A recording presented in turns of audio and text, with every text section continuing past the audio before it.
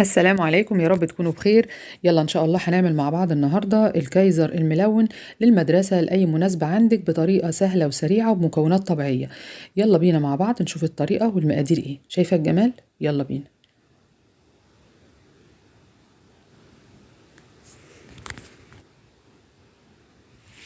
بنجيب 400 جرام من الدقيق زي ما انت شايفه ونخلينه كويس جدا، وده على جنب كده. هنخلي 100 جرام احتياطي هنشتغل منهم تاني دلوقتي.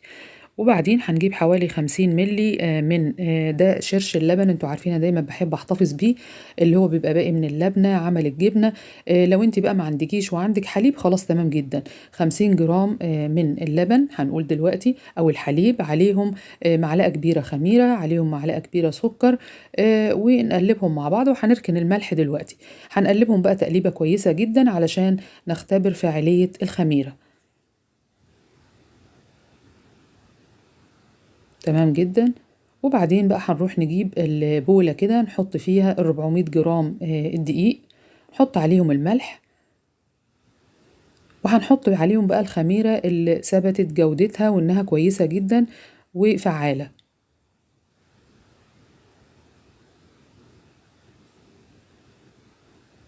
وهنقلب بالسباتيولا كده الأول، وبعدين نرجع بقى نضيف عليهم على الطحين او الدقيق اللي احنا حطيناه حوالي 150 ملي من الحليب او شرش اللبن، او زبادي لو انت عايزه تحطي زبادي او روب، او ميه. تمام، فكل دي بدائل يعني. شوفي المتوفر عندك ايه واستخدميه مع العجينه بتاعتك. وهنبدا نقلب وتدريجيا ننزل بالحليب او بشرش اللبن زي ما انت عايزه، لغايه ما العجينه تلم معانا. كل ده بالسباتيولا كده الاول. فيبقى اذا انا استخدمت كده ماده سايله حوالي كوبايه كامله 200 ملي. 50 دوبت فيهم الخميره مع السكر الاول، وبعدين 150 هشتغل بيهم بقى مع العجينه زي ما انت شايفه. خلاص كده بقى دلوقتي جينا لمرحله ان احنا نقلع الجلافزات ونشتغل بايدينا.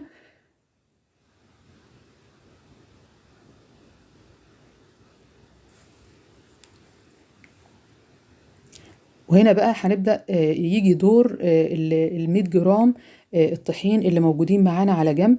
هناخد بقى منهم لو لقينا العجينة محتاجة شوية تبقى يابسة، لو لينة أو زيادة عن اللازم فهناخد منهم نظبطها.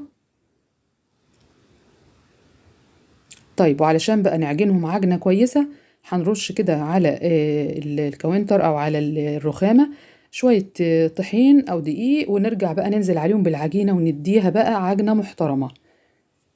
والعجن هنا مهم جدا لانه بيفتح معاكي العجينه بعد كده وبيخليها خفيفه.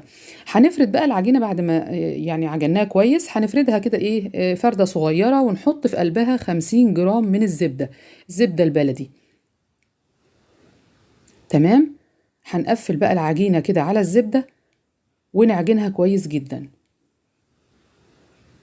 خلاص، وكلنا بقى عارفين ايه مرحله العجين دي، وكلنا شاطرين في موضوع العجن ده. تمام. خلاص هنجيب بقى طبق او بوله ندهنها دهنه زيت خفيفه، وننزل بيها كده ايه بالعجينة فيها زي ما انت شايفة، ونغطيها ونسيبها بقى ترتاح لغاية ما تخمر. ونروح نشتغل بقى في الألوان الطبيعية بتاعتنا اللي هنعمل بيها ألوان الكايزر. ده سبانخ أنا دايما بجيبها واغسلها وانشفها كويس جدا واشيلها في الفريزر من غير أي حاجة، من غير ما أعرضها للنار ولا أي حاجة. بتبقى زي ما انت شايفة كده. طريقة التفريز دي بالذات بخليها بقى للسلطات، للحشو، المعجنات، لحاجات زي كده. تمام زي الفل، ومتبقاش فيها أي حاجة خالص، وطريقة سهلة وسريعة غير اللي بتخزنيها طبعا للطبيخ يعني. واحنا ايه نضربها ضربتين كده لغاية ما تبقى مادة سايلة معانا خالص. وبعدين نجيب بقى مصفى ضيقة وتحتيها ايه بولة كده، ونبدأ نضغط على السبانخ كده بعد ما ضربناها في الكبة، تدينا بقى اللون الأخضر اللي هيبقى باين قدامك هناك ده. ونرجع بقى نجيب اللون الغامق اللي هو البني أو الأسمر. فطبعا أنا عندي الكاكاو اللي هو الخام اللي هو من غير سكر، لونه فاتح شوية. في ناس بقى عندها كاكاو غامق، فلما تيجي تعمليه تحليه في مية عشان يديك اللون بعد كده بيبقى اللون أغمق من اللي عندي ده، فما فيش مشكلة، هو ده كمان شغال. فهنجيب شوية مية صغيرين وعليهم معلقة من الكاكاو الخام زي ما انت شايفة كده، وهندوبهم كويس فيه. يبقى ده اللون التاني. نيجي للون التالت، برضو شوية مية صغيرين في البولة وننزل عليهم بمعلقة مليانة كده زي ما انت برضو شايفة من الكركم علشان يدينا اللون الأصفر. تقلبيها كويس بس عشان تضمني ان مفيش تكتلات في اللون يعني. نيجي للون الرابع اللي هو اللون الاحمر او الوردي. فانا قلت طيب انا هجيب بقى الشمندر او اللي هو البنجر، وهاخد كام شريحة كده واحطهم في شوية مية واغليهم علشان اخد منهم اللون الاحمر. تمام جدا.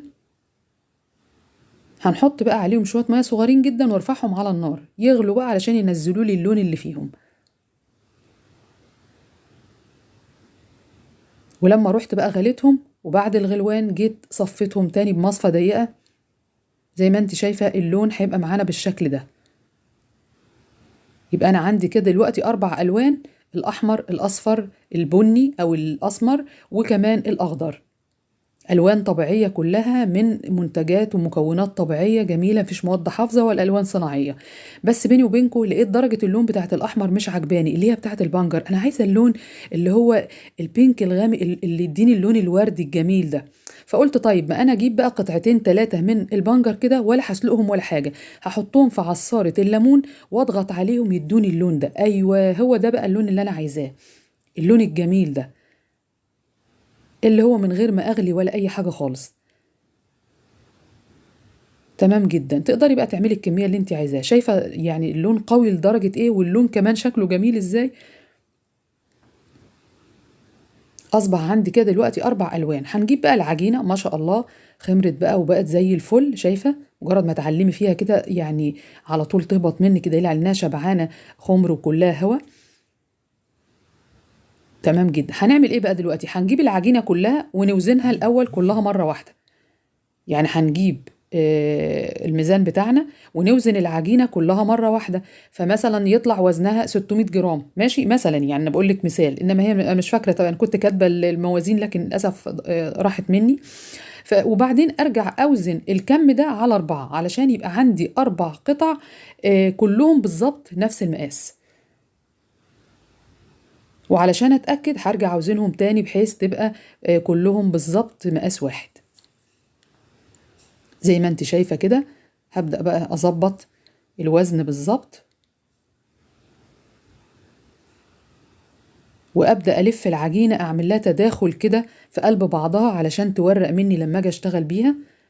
ونحطها بقى كده جنبنا وناخد التانية وهكذا لغاية ما أعمل ال4 كور بتوعي اللي هما ال4 ألوان. ودخلي برضو العجينة في بعضها تاني كده ولفيها كويس وهكذا. يلا خلصنا كده ال4 ألوان بتوعنا أو ال4 كور بمعنى أصح. ونجيب بقى اللون الأول، الكورة الأولانية اللي هحط لها اللون الوردي. شايفة بقى الجمال؟ هنا بقى ميزة إنك لازم تفضلي تعجني في العجين كويس جدا لغايه ما يتشرب معاكي اللون. لانك لو عجنتيه كده يعني اي حاجه اللون هيبقى من بره والعجينه من جوه بيضه. فانت عجيني كويس جدا لغايه ما تشرب اللون اللي انت حطاه، وهتبقى معاكي باللون الجميل ده. طبعا ليكوا حريه الاختيار انك تزودي اللون شويه كمان فيتقل معاكي فيديكي لون اقوى من كده وهكذا. انا بس بوصل لك الفكره وانت بقى طلعي ابداعاتك في الشغل. بقى عندنا كده اللون الوردي. ناخد اللون التاني اللي هو اللون الأصفر اللي هو بالكركم. يعني اللون الوردي دلوقتي أصبح عندنا بالشمندر أو البنجر. اللون التاني أصبح باللون الأصفر اللي هو اللون الأصفر، عفوا طلع اللي هو بالكركم. طبعا أنا هطلعها لك بره الطبق لأن هي لون الطبق فمش باينة. شايفة بعيد عن الطبق لونها جميل إزاي. نيجي اللون التالت. طبعا هنا السبانخ، خليني اكون صريحه معاكم، السبانخ عشان كانت متفرزنه وبقالها فتره عندي فاللون بتاعها ما كانش برضو قوي قوي. فانت تقدري بقى تجيبي لون فريش زي مثلا نقول الكزبره الخضراء، البقدونس، السلق الاخضر يكون فريش. كل ما كان الخضار فريش وانت بتطحنيه هيديكي نتيجه هايله جدا، وهيديكي بقى اللون الاخضر. يعني انا بس كنت بشتغل بالحاجات المتوفره عندي في البيت. وبقول لك البدائل بتاعتها. فاللون الاخضر القوي زي ما قلت لك استخدمي خضروات تكون طازه وفريش. واللون اللي طبعا الاحمر تقدري تزوديه من البنجر اكتر من كده كمان. نيجي بقى الكاكاو الغامق، لو انت عندك كاكاو غامق هيديك اللون الاسمر، هيبقى العيش لونه اسمر. انما انا كان عندي فاتح فاداني اللون اللي هو البني ده. هنبدأ هنا بقى دلوقتي بعد ما خلصنا الألوان كلها هنبدأ نوزن الكايزر نفسه، اللي هو وحدات العيش أو الخبز نفسها. أنا هعمل هنا أكتر من وزن وهجرب وأشوف أفضل يعني وزن كان هو إيه. فأنا عملت مثلا ده تقريبا 40 جرام، وهعمل 50 جرام، وهعمل 60 وفوق ال60، على أساس إن أنا أشوف المناسب إيه. فأنت عندك لو مثلا عندك حفلة أو عندك مناسبة تقدري تعملي الحجم اللي هو الصغير الميني بقى خالص، اللي هو بيبقى دوبك يعني كده شكله ظريف، وتعمليه بالستيكس كده بيبقى شكله حلو جدا. مثلا عايزه تعمليه للمدرسه فتقدري الولاد ياخدوه معاهم كده، يبقى شكله مشهي ومعجبين بيه بقى بالوانه، وحاجه جديده تخليه تفتح نفسهم للاكل. تعملي اللي هو مثلا 60 او فوق ال 60 جرام، وهكذا. وانت هتشوفي دلوقتي المقاسات مختلفه، تقدري تختاري فيها الحجم اللي انت عايزاه.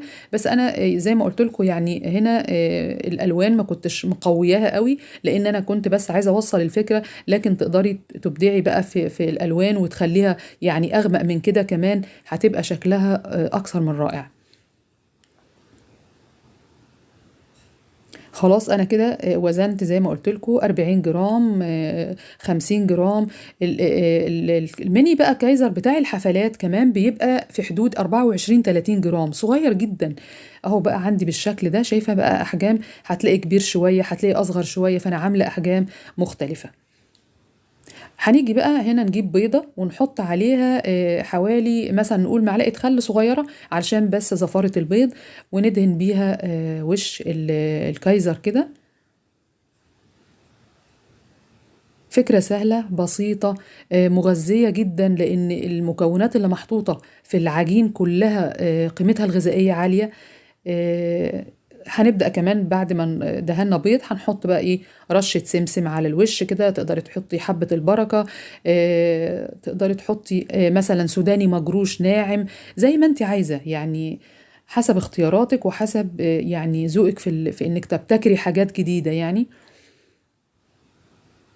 تمام جدا. هنخلص بقى الصاج كله هيبقى بالشكل اللي انت شايفاه. طبعا الصاج انا فرشت فيه الاول ورقه زبده من تحت، وحطيت بقى الكايزر زي ما انت شايفه كده، وهنسيبه بقى يرتاح معانا شويه، نقول مثلا 10 دقايق العجينه ترتاح. وانتي هتشوفي بعد 10 دقايق ربع ساعة العجينة نفسها خدت حجم وشكل مختلف عما كنا لسه مقطعين. وهندخلها الفرن على درجة حرارة 180، الفرن طبعا مسبق التسخين. وتتابعيها علشان خاطر يا دوبك تاخد لون من تحت بس، هتطلع معانا بقى بالشكل الجميل ده.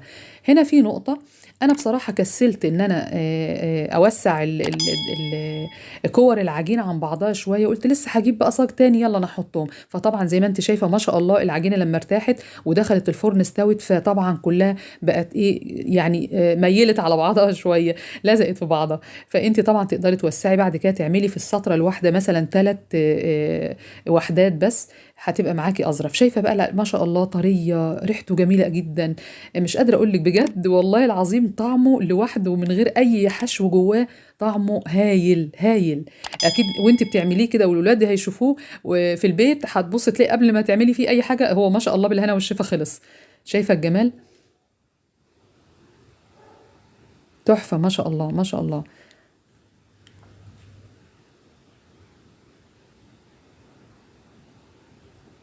احجام بقى مختلفه. تعالى نفتح واحده بقى كده، شايفه كأن ما شاء الله فطير في ايدك، مفتح من جوه مورق.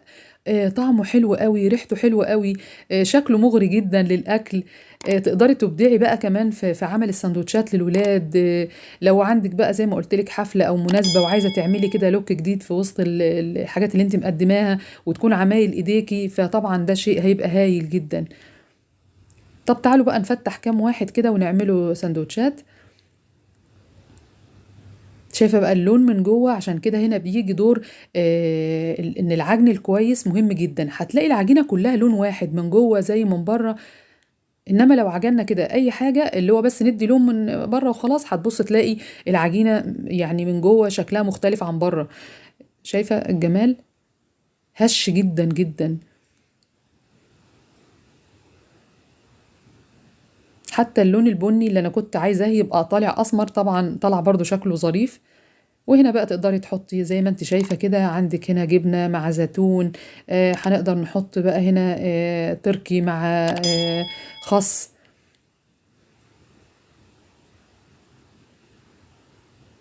هنا بيض بالبسطرمة مع زيتون. نوعي بقى وشكلي في السندوتشات على حسب ولادك ما بيحبوا، او في البيت عندك، او على حسب ما انت عايزة تقدميها. هنا جبنة رومي مع فلفل اخضر، وكمان جنبهم بقى الابداع التاني ده يا جماعه، فلفل اورجانيك زارعينه في البلكونه عادي عشوائي جدا. بصراحه واحده صاحبتي وحبيبتي كانت ادتني الشتله بتاعتهم، وانا زرعتها وكملت يعني عليها، وتابعتها لما ادتني الفلفل الجميل ده. مش قادره اقول لك قد ايه سكر، طعمه هايل هايل وطبيعي وجميل، مفيش بقى مهرمن ولا اي حاجه. بجد لو فكمان فكرت انك تزرعي حاجات زي دي كده في البلكونه عندك في اي مكان فاضي يكون بيطوله الشمس والهواء، هيبقى حلو قوي قوي، وهتلاقي حاجتك كلها في البيت كده موجوده عندك. تقدري تبدعي منها في كل حاجه، ويبقى اكلك طبيعي واكل ولادك كمان جميل ومغذي ومفيد. يا رب يكون الفيديو عجبكم وما طولتش عليكم، سامحوني على الاطاله. اشوفكم في فيديو قادم ان شاء الله. ما تنسوش بقى اللايك والشير والاشتراك في القناه. دمتم في امان الله، مع السلامه.